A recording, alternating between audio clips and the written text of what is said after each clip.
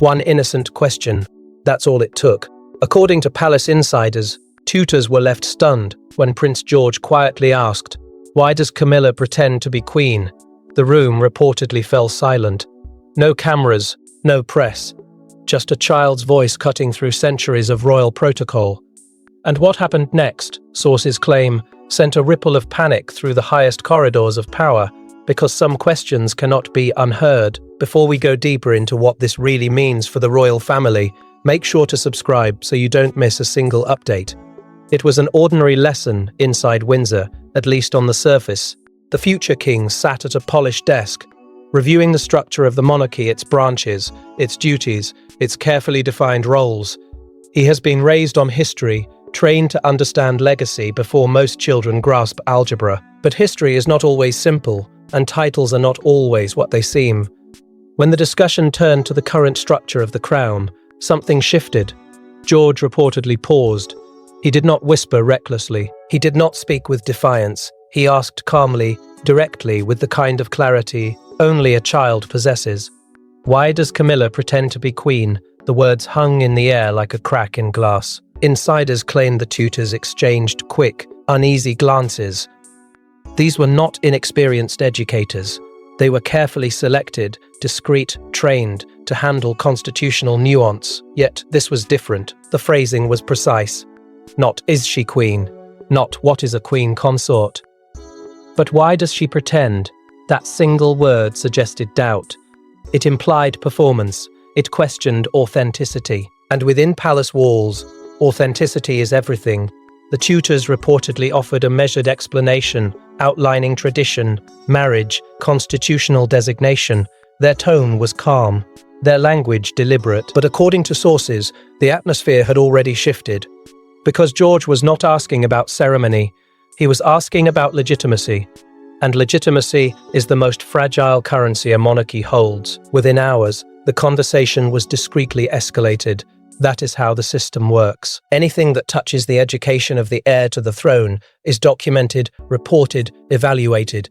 Senior palace staff were allegedly informed before sunset, not because a rule had been broken, but because something far more delicate had surfaced. If the future king is uncertain about hierarchy, what does that reveal about the clarity of the institution itself? What makes this moment explosive is not rebellion, it is innocence. George is being raised to embody continuity, to project stability, yet here he was, grappling with an inconsistency that many adults debate in private. He has seen the ceremonies. He has watched the public appearances. He understands that his grandfather is king. But somewhere in the subtle choreography of palace life, he sensed something that did not align perfectly in his young mind. And that is the unsettling part. Children rarely invent political doubt. They absorb it. They absorb tone shifts. They notice hesitation. Was this pure curiosity, or had George overheard whispers, conversations layered with complexity, perhaps unguarded remarks about titles and public perception? No one is saying he was coached, but the palace knows one truth better than anyone. Perception begins early. Behind closed doors, aides reportedly understood the gravity instantly. This was not a scandal yet. It was a tremor, but tremors can grow, because when the next in line begins questioning the symbolic architecture around him, it forces everyone to confront a deeper vulnerability. The monarchy thrives on clarity of role. And if that clarity blurs inside its own household, the dark consequences are not merely emotional, they are generational. George's question did not attack. It revealed. It exposed the silent tension between title and belief. And in doing so, it touched the rawest nerve of royal legitimacy, the difference between being crowned by law and being accepted in spirit. But George's question did not emerge from nowhere. It was born from confusion inside a palace where titles carry weight, and perception can be more powerful than crowns. To the outside world, titles are ceremonial, but inside royal walls, they are oxygen. Every word queen, consort, princess carries invisible authority. So when a future king begins questioning what those titles truly mean, it isn't harmless curiosity. It becomes political. Insiders suggest that George's confusion reflects a deeper ambiguity within the palace, one that even adults struggle to navigate. Because in the monarchy, a single word can redraw the emotional map of power. Queen is not just a title, it is history, sacrifice, lineage. It evokes the long shadow of those who were born into destiny, who carried the crown not by marriage, but by blood. Queen consort, however, carefully defined in constitutional language, carries a quieter weight. It is lawful, it is recognized, yet it exists in a different category of legitimacy earned through union, not inheritance. And that distinction, however subtle, is the fault line running beneath George's innocent question. The public may not analyze these nuances daily, but they feel them. When headlines shorten Queen consort to Queen, when broadcasters shift phrasing depending on tone, when speeches alternate between formal correctness and conversational simplicity, a quiet inconsistency takes root. Inside the palace, hierarchy is rigid. Roles are mapped with precision, but outside, perception bends the rules. And George, raised in both worlds, the private discipline of royal training and the modern storm of media interpretation, stands at the intersection of those blurred signals. His education is not casual. He is being prepared to understand sovereignty before he fully understands adolescence. Tutors reportedly walk him through constitutional frameworks, succession laws, the symbolism of regalia, the difference between reigning authority and ceremonial partnership, yet education can clarify structure while leaving emotion unresolved. Because what George sees in public life does not always align seamlessly with textbook definitions, he sees deference, he sees applause, he hears the word Queen echo in crowds. And in a child's mind, repetition becomes reality. Sources suggest he began noticing how Camilla is addressed differently depending on context. In formal proclamations, the distinction is explicit. In everyday conversation, it dissolves. That dissolution may appear trivial to adults accustomed to royal shorthand, but to a boy being trained to become monarch, clarity is survival. If titles are fluid, where does certainty live? If language shifts, what remains unshakable? And then comes the deeper tension, the contrast between ceremonial visibility and inherited legitimacy. Camilla stands beside the king in state events. She occupies space that radiates authority. Yet the crown George will one day wear is rooted in lineage that stretches back through generations.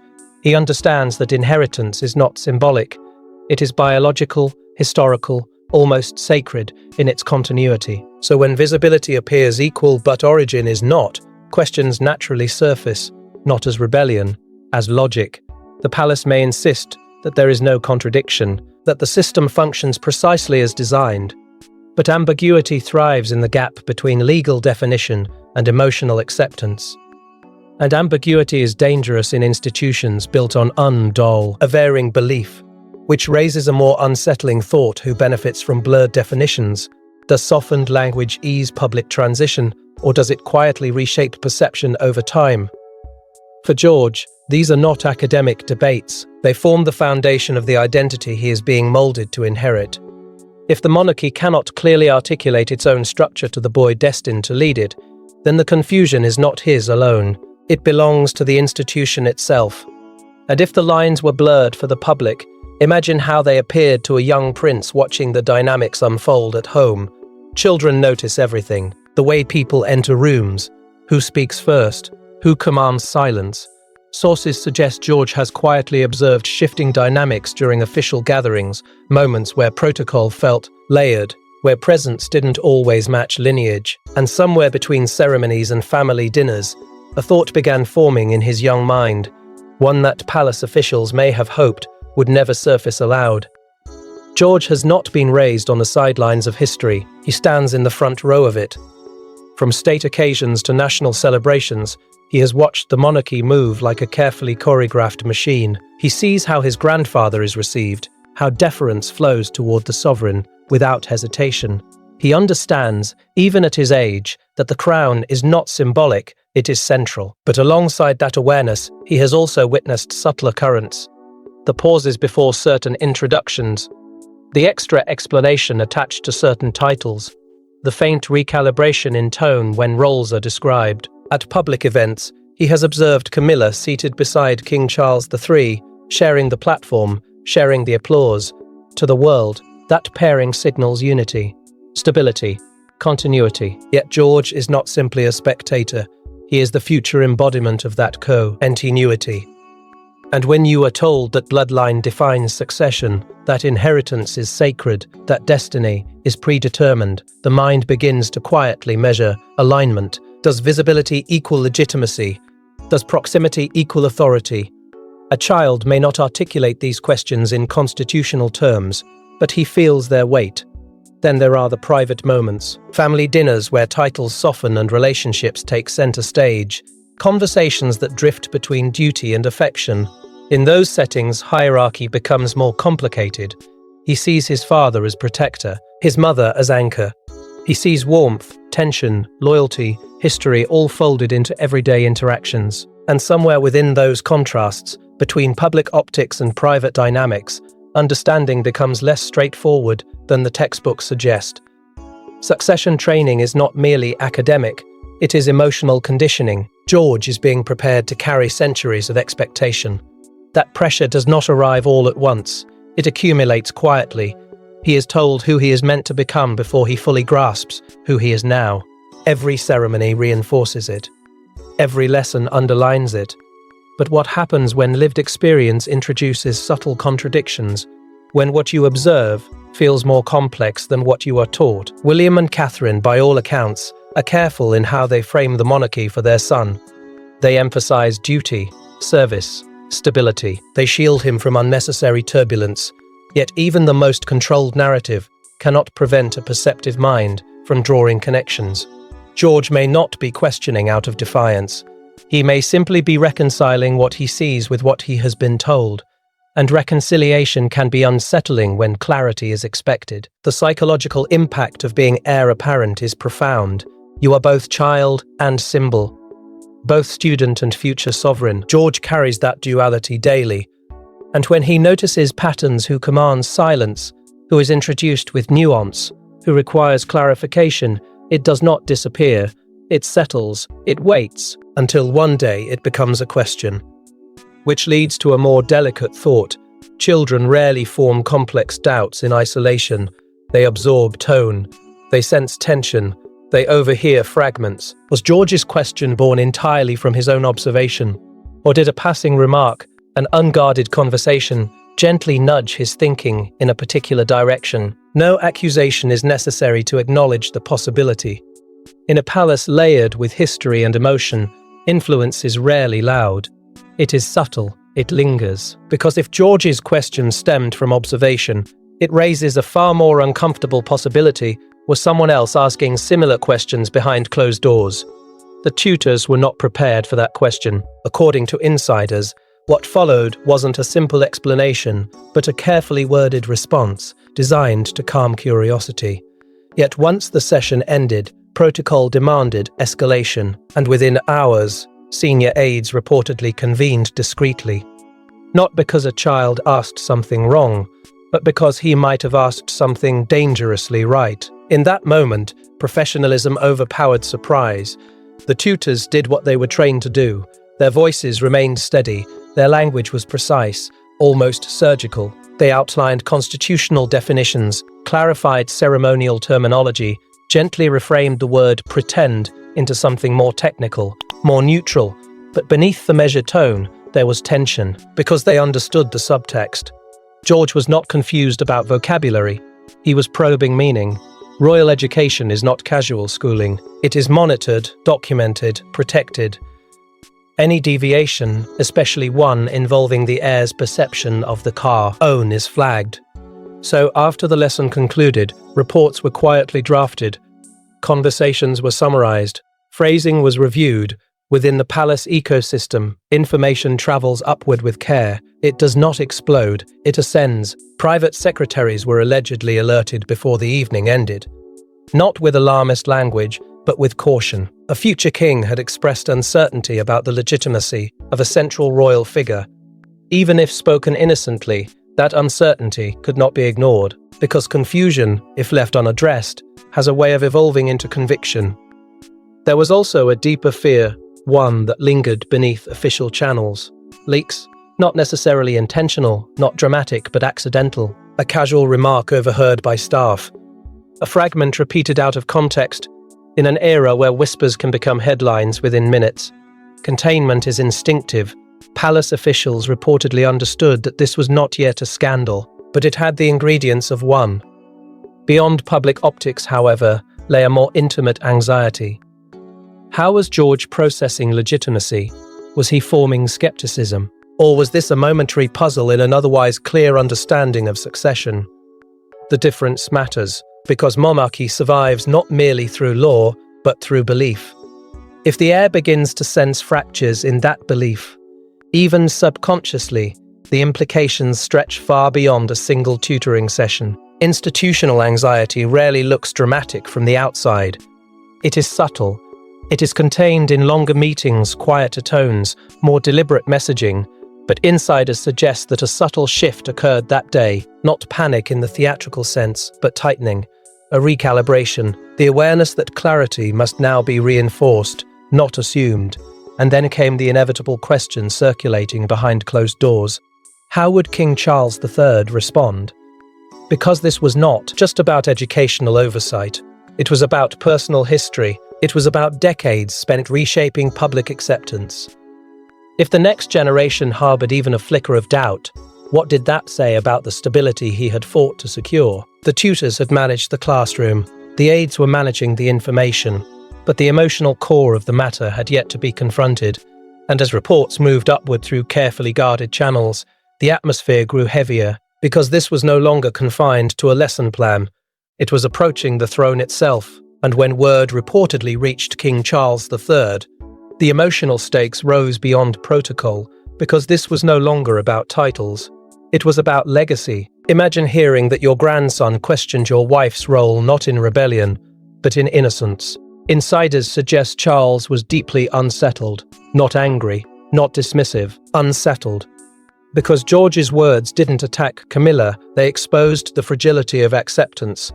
And in that moment, Charles allegedly faced a truth he's battled for decades. Legitimacy cannot be commanded. It must be believed. For a man who has spent his entire life preparing to wear the crown, perception has always been both ally and adversary. Charles understands better than most that monarchy is sustained by quiet consent. It survives because people accept its story.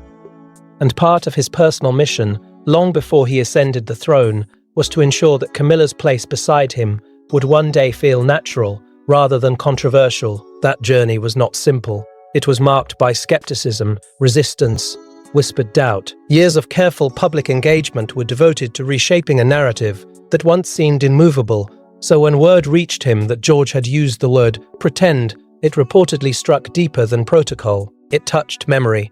It resurrected old battles, not because a child had challenged him, but because the child's phrasing echoed the very accusations that once dominated headlines. Charles has fought tirelessly to stabilize Camilla's position, not only legally, but emotionally within the institution.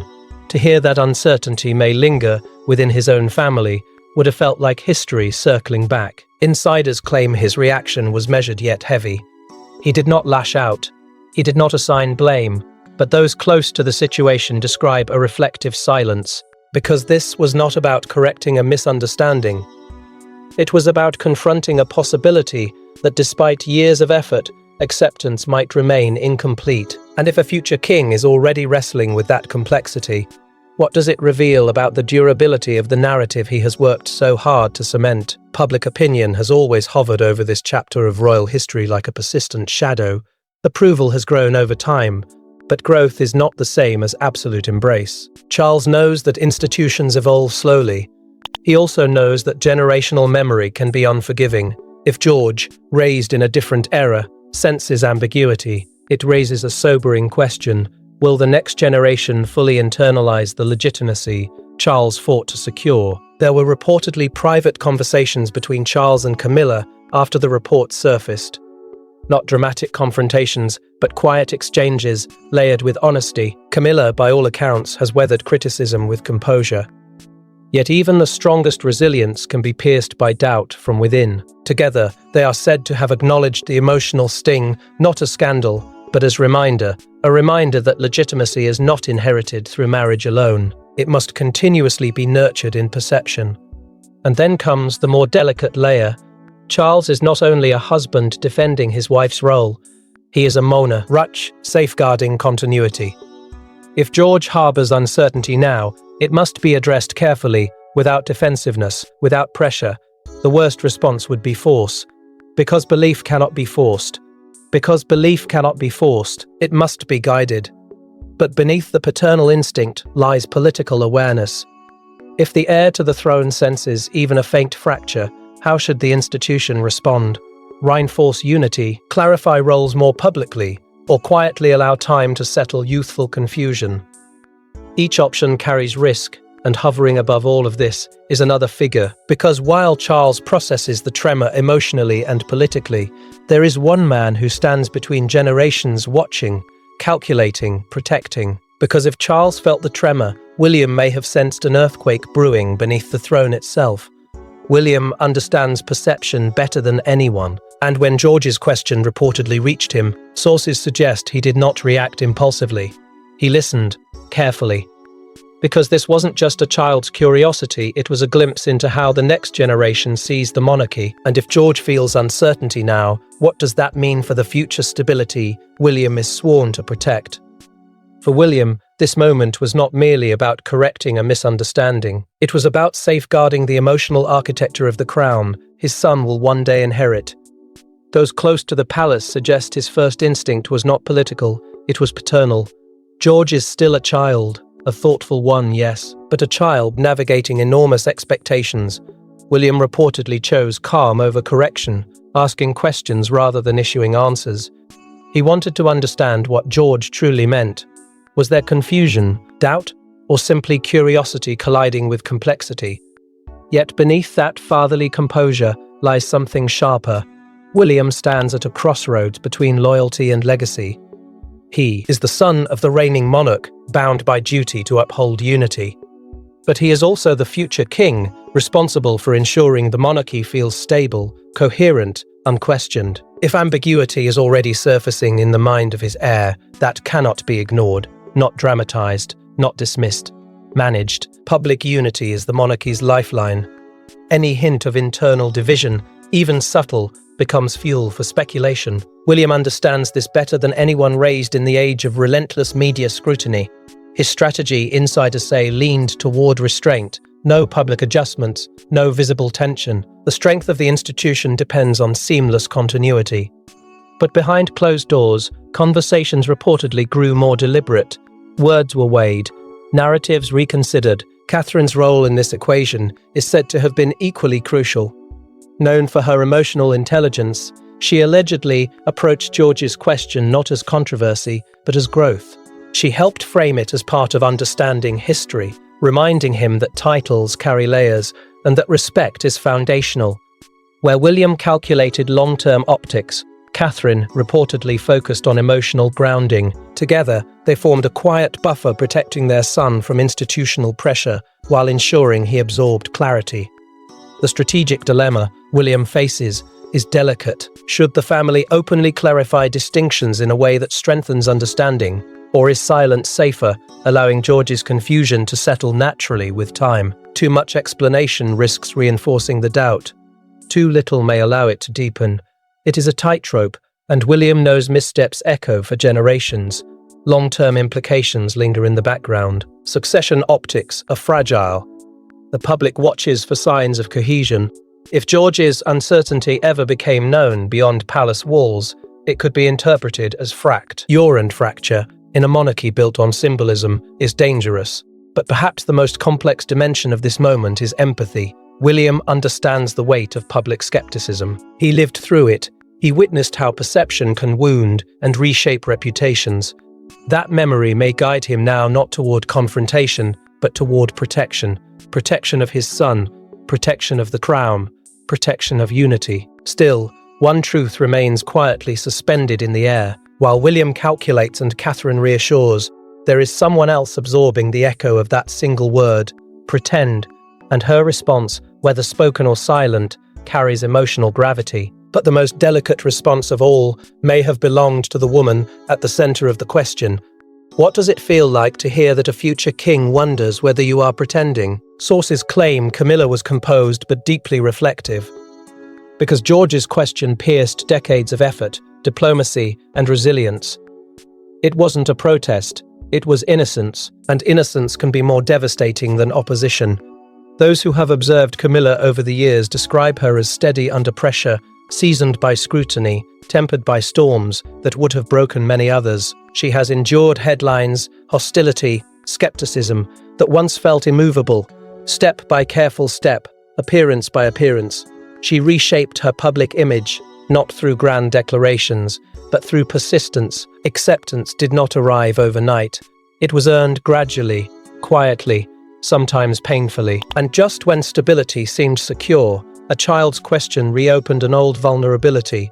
Insiders suggest that when she learned of George's words, she did not react defensively. There were no visible cracks, no outward signs of hurt. But composure does not erase impact. The word pretend carries a sting that lingers. It suggests performance rather than authenticity. It implies that what stands before the world is an act, not a rightful position. For someone who has spent years proving legitimacy, not just legally but emotionally, that implication cuts deep. Camilla understands better than most that public skepticism never vanishes entirely. It softens, it quiets, but it remains in the background like a distant echo. She has lived in that echo. She has felt how fragile approval can be. And perhaps that is why George's question unsettled her, not because he meant harm, but because his innocence mirrored a doubt she once fought tirelessly to overcome. When uncertainty comes from critics, it can be dismissed as opposition. When it surfaces from within the family, it becomes more personal. There is also the generational dimension.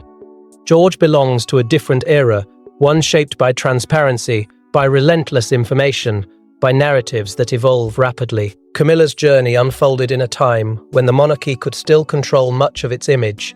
Today, perception moves faster than protocol. If a young prince senses ambiguity now, what will that perception look like when he is older, more aware, more vocal? Sources hint at private reflection rather than confrontation. Conversations reportedly centered on reassurance, on patience, on understanding that children interpret complexity in simple terms. But beneath those discussions may lie a quieter fear that legitimacy, no matter how carefully constructed, can never be fully secured if belief remains incomplete. Camilla's resilience has always been her shield, yet resilience does not eliminate vulnerability.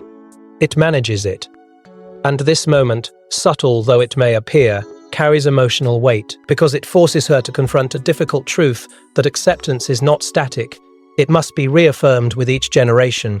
While Charles wrestles with legacy and William calcula tests stability, Camilla stands at the emotional center of the storm, absorbing a question that may echo longer than anyone anticipated.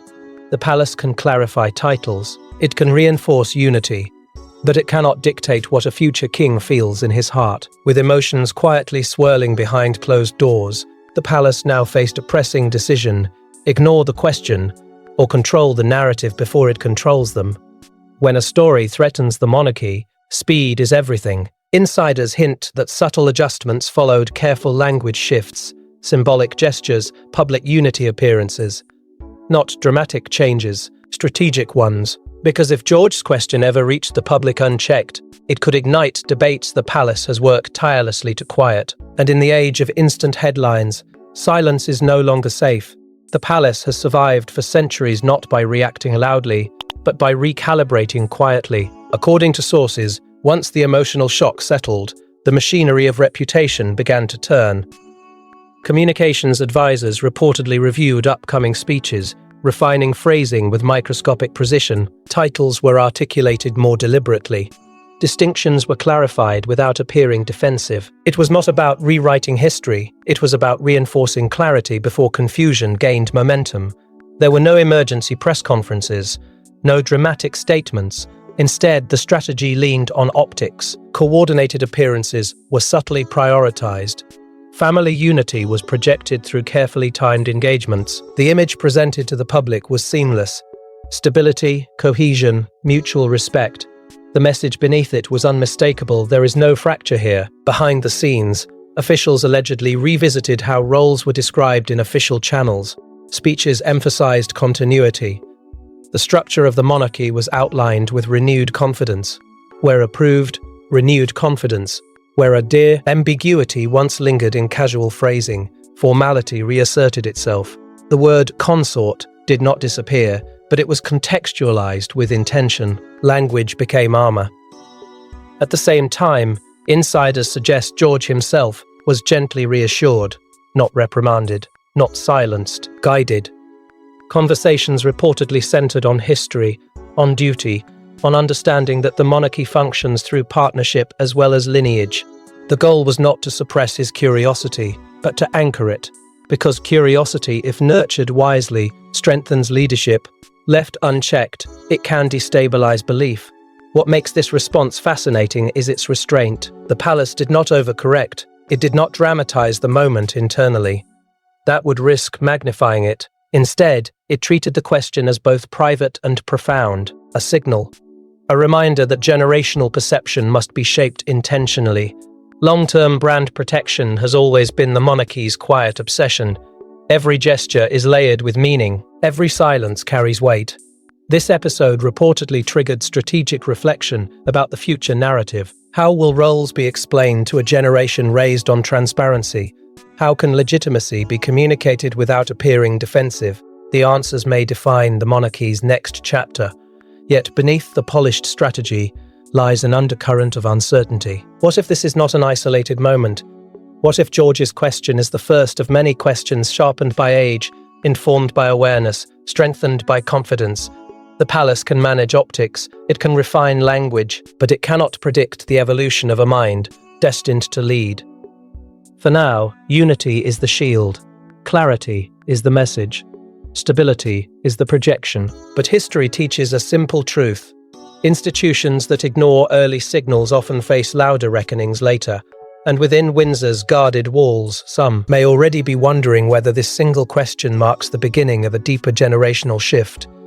Because once a future king begins asking difficult questions, history suggests those questions don't simply disappear, they evolve. Perhaps the most unsettling part of this story isn't what George asked, but what it represents. A new generation is rising, one raised in transparency, media scrutiny, and modern values. And if the future king is already examining titles with clarity, what will he question next? Because monarchies survive not by silencing doubt, but by answering it. What unfolded inside those guarded palace walls may appear small, on the surface, a child seeking clarity. Yet symbolically, it signals something far greater.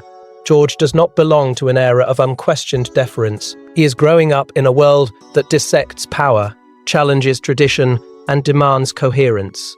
For him, authority is not assumed, it is analyzed. That shift alone carries profound implications. The monarchy has long relied on continuity as its anchor. But continuity must now coexist with curiosity. As George matures, his understanding of power will deepen. He will not simply inherit a crown. He will inherit a narrative layered with triumphs and fractures. Already, his question suggests an instinct to reconcile what he sees with what he is told. That instinct is not rebellion, it is evolution. And evolution, while necessary, can be unsettling for institutions built on ritual and permanence. Constitutional monarchy survives on perception. It thrives when the public believes in its stability. But perception is fragile.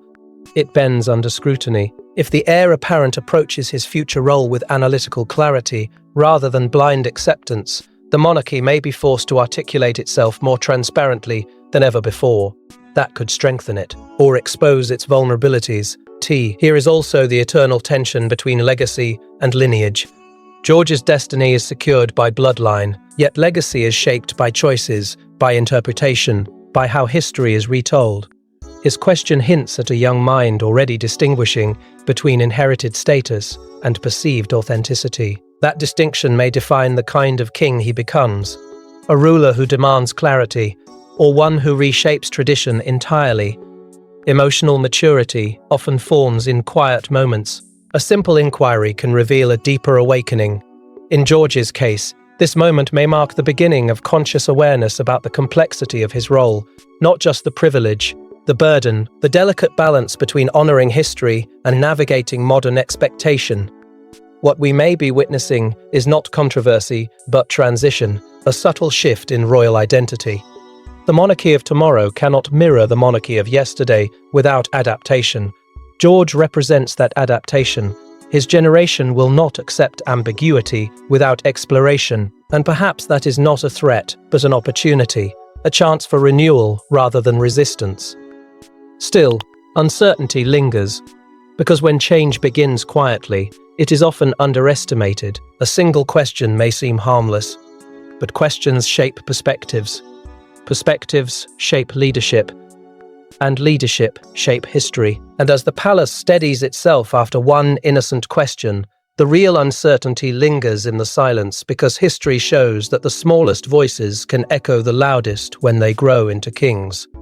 Thanks for watching. Please don't forget to like and subscribe, and we will see you in next one.